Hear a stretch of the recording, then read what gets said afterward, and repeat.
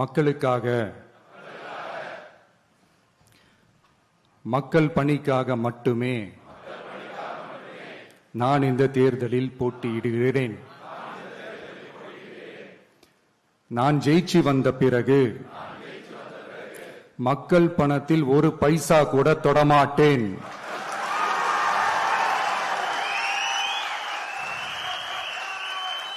ஊழல் கரை படியவே விடமாட்டேன். பெண்கள் பாதுகாப்பை உறுதிப்படுத்துவேன். போதையில்லா தமிழகத்தை உருவாக்குவேன். சட்டம் ஒழுங்கை சரி செய்ய துணை நிற்பேன்.